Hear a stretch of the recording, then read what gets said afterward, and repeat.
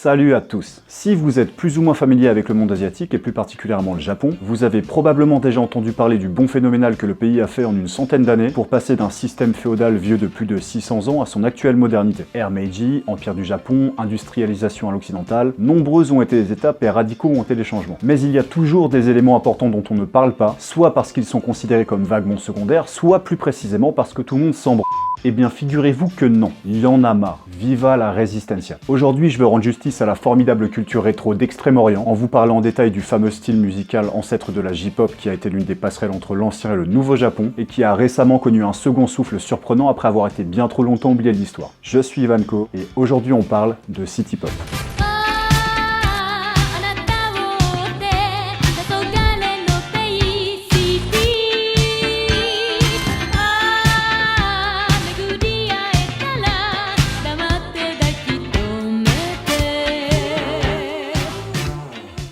La City Pop, c'est quoi? Je sais que j'en avais déjà brièvement parlé dans une de mes vidéos sur la Vaporwave parce qu'elle est l'une de ses nombreuses influences, mais dans l'intérêt de cet épisode, je pense qu'il serait bon de tout reprendre depuis le début. Alors, la création de l'univers! Non, je déconne. Dans les années 70, alors que l'Occident déjà bien établi commence à enchaîner plusieurs petits emmerdes du genre choc pétrolier, fin des 30 glorieuses, cheveux, le Japon, lui, respire pour la première fois depuis la fin de la Seconde Guerre mondiale. Les affaires sont bonnes, les gens travaillent, les gens consomment, et la technologie ainsi que l'urbanisme connaissent un boom incroyable. La vie dans le pays devient très agréable, et malgré une culture du travail impitoyable typiquement japonaise, la population aisée des villes commence à se faire plaisir. On sort, on boit des coups, on va en boîte, on achète des fringues, des bagnoles, des œuvres d'art. Le mode de vie à l'américaine comme un japonais de l'époque aurait pu être tenté de l'idéaliser. Dans un premier temps appelé New Music au cours des années 70, la City Pop a pour origine lointaine le jazz, qui fut très populaire au Japon durant le début de l'ère Showa, vers 1930, et qu'on venait apprécier dans les ongaku kissa, les tout premiers bars à musique de l'époque. Après la Deuxième Guerre mondiale, au cours de laquelle le pays s'est replié sur lui-même pour des raisons évidentes, les Américains, forts de leur victoire, occupèrent le pays et y installèrent certaines de leurs habitudes ainsi que de nouveaux styles musicaux, comme le boogie, le mambo, le blues et la musique country, qui étaient alors joués par des musiciens japonais pour les troupes américaines. Au début des années 50, plusieurs grandes figures comme Louis Armstrong ou le groupe Jazz at the Philharmonic vinrent jouer au Japon, et un bon nombre de musiciens japonais se familiarisèrent avec les grandes capacités techniques que demande le jazz. Mais malgré ça, la musique country, qui est plus accessible et bien plus facile à jouer, finit par capter l'attention du public et fit inéluctablement glisser le pays vers la consommation massive de rock'n'roll. Dans cette période, certains auteurs comme Kiyo Sakamoto tentèrent avec plus ou moins de succès de fusionner la pop traditionnelle japonaise avec le rock, ce qui donna ce genre de choses.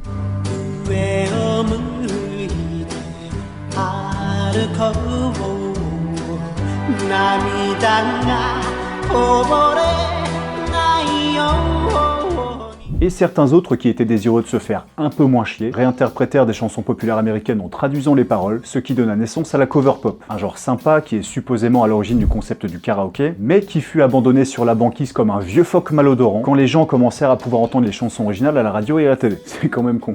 Pendant ce temps, les industries japonaises profitaient des enseignements américains en matière de production, et grâce à des travailleurs qui se distinguent encore aujourd'hui par leur grande productivité et leur respect de la hiérarchie, ainsi qu'une bonne poignée d'anciens ingénieurs du secteur militaire reconvertis dans le civil, on se retrouve à fin 70 avec un Japon en plein miracle économique et un Tokyo plus cosmopolite que jamais. Dans ce contexte, la nouvelle classe aisée des centres-villes évoqués plus tôt commença à se permettre le luxe d'avoir des goûts exotiques et se mit à préférer, entre autres habitudes de vie et de consommation, certains genres musicaux étrangers comme l'album oriented rock, le soft rock, le disco, la funk et le boogie, au courant traditionnel japonais. Des artistes comme Happy End ou Hashimitsu Pai, dont les membres ont grandi dans les années d'après-guerre et qui avaient été exposés à la pop culture occidentale, jouaient alors de la musique qui trouvait racine dans la musique américaine mais qui parvenait à rester étonnamment japonaise. Ils faisaient le choix de chanter en japonais et leurs paroles parlaient souvent de la vie urbaine et de la nostalgie d'une époque passée. Leur œuvre favorisa l'émergence d'une nouvelle identité japonaise au sein de la musique pop moderne en présentant la vie des habitants de Tokyo sous un jour intensément folk et en posant les bases de ce qu'allait devenir la City Pop. À la fin des années 70, les innovations technologiques du monde de l'automobile et certains objets électroniques visionnaires comme le Walkman avaient fait du Japon une force économique dont les influences se ressentaient bien au-delà de ses frontières, et dans la perspective du futur tokyoïte radieux, il ne restait plus qu'une chose à faire. La teuf. C'était l'euphorie. Et les gens voulaient célébrer la réussite du pays à la manière américaine des années 80, en conservant bien sûr, indépendamment de leur volonté, une partie de leur identité profondément marquée en eux par leur géographie, leur culture et le passage du temps. Le public dépensait sans compter en produits de luxe, en vêtements, en voyages internationaux, et le rythme de vie urbain et nocturne à la japonaise devint assez vite une vraie icône internationale. Le Japon avait besoin d'une bande-son pour ce nouveau mode de vie, et la City Pop vint alors naturellement au monde. Les artistes phares de la City Pop étaient des compositeurs et des producteurs de talent, certes, mais qui n'en étaient pas à leur coup d'essai. Je pense notamment à des auteurs d'œuvres assez futuristes comme Tatsuro Yamashita et Toshiki Kadomatsu, qui intégraient dans leur production différents arrangements et techniques d'écriture complexes empruntés à des groupes de soft rock comme Steely Dan ou Doobie Brothers, et qui parallèlement ont pu travailler avec des labels stylés sur du matériel de pointe grâce au contexte économique très favorable du pays. Pendant cette période, on commença à apercevoir des illustrations d'albums très évocatrices et franchement parfaites, comme celle que le designer Eizin Suzuki réalisa pour les pochettes de Tatsuro Yamashita, qui montrent de nombreuses variations de bord de mer et de poolside comme on aurait pu en apercevoir à Malibu à cette époque, et qui ont très clairement contribué à donner à la city pop son aura légendaire. Parallèlement, d'autres illustrateurs comme Hiroshi Nagai se mirent à mélanger des icônes pop art et des symboles publicitaires typiquement américains, le tout dans une inspiration surréaliste qui peut rappeler des auteurs comme Dali ou Magritte, et qui produit l'atmosphère de vieux rêves californiens ensoleillés caractéristiques du genre. En étant attentif, on peut retenir 3 veines principales de la city pop. Celle dont je viens de parler et qu'on appellera pour l'occasion la city pop Pacific Coast Highway ou PCH, la plus moderne qui est la city technopop, et enfin la plus populaire et la plus récente des trois qui n'est autre que la city pop nocturne. La city pop PCH est la version la plus ancienne de la city pop, dans le sens où elle est assez directement inspirée par les mouvements soft rock et yacht rock qui sont assez typiques de la côte ouest américaine des années 70. The Beach Boys, Michael McDonald, Hall & Oates, tant d'auteurs dont on sent l'empreinte dans l'œuvre de pionniers de la city pop PCH, comme Taeko Onuki, Seaside Lovers et le déjà plusieurs fois cité Tatsuro Yamashita. La city pop PCH épouse d'une certaine manière le rêve californien de l'époque, je dis bien de l'époque parce que ça a changé, et aborde avec poésie des thèmes légers comme soit une après-midi de surf sur le Pacifique, soit un amour d'été. Ouais.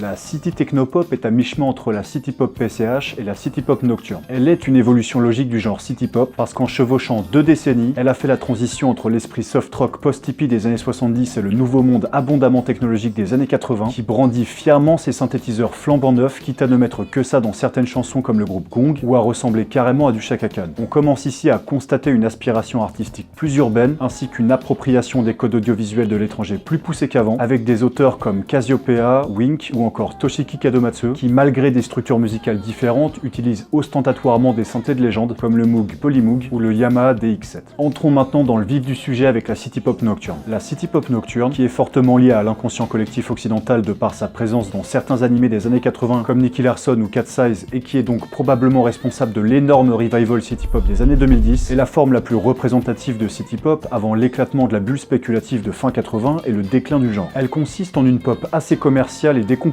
qui s'éloigne un peu du génie musical des débuts, mais qui est relativement à sa place dans les années 80, aborde bien plus souvent l'angle féminin et la question de l'émancipation de la femme dans la société japonaise. Là, il n'est plus question de thèmes d'amour innocent et passif comme dans les temps anciens. Des auteurs comme Hitomi Toyama, Maria Takeuchi ou encore Anri nous parlent d'une manière plus ou moins directe de ou de sur fond de vie nocturne, tout ce que les femmes se voyaient auparavant refuser et pouvaient désormais faire, au moins pendant un court laps avant d'être obligées de se marier et de fonder une famille. Parce qu'il faut pas pousser, ça reste le Japon des années 80. Cuisine. La city pop nocturne est le cliché ultime de la fascination de l'horizon urbain, de l'optimisme des années 80 et du progrès civilisationnel, tandis que sa basse et sa voix suave tend à inspirer nos auteurs actuels et à nous accompagner dans notre émerveillement des lumières de la nuit. Bon, malgré le fait qu'une bonne partie de la population est à l'époque considérée la city pop comme une hype merdique faite pour flatter les masses, un peu comme la pop en général quoi. Il y avait tout de même chez les différents auteurs une certaine sincérité, une certaine honnêteté artistique, et alors que certains voyaient dans les thèmes abordés des niaiseries pseudo-amoureuses répétitives, d'autres pouvaient voir une certaine étape marquée dans le temps de l'émancipation de l'individu dans une société japonaise dans laquelle tout le monde doit rester fermement à sa place. Bonne chose ou pas, le mystère de l'algorithme YouTube qui pète un plomb courant 2010 et décide de déterrer un genre oublié en suggérant massivement Plastic Love et Bay City à tout le monde reste entier, même si on peut avoir droit si on veut à différentes théories si on explore un peu. Pour ma part, j'ai pas vraiment envie de savoir, mais je peux dire que je suis plus que jamais très heureux et reconnaissant d'avoir accidentellement connu la city pop et la vaporwave, deux genres extrêmement riches qui se nourrissent l'un l'autre et qui continueront, je l'espère, à nous accompagner dans nos vies pendant un long moment. C'était Ivanko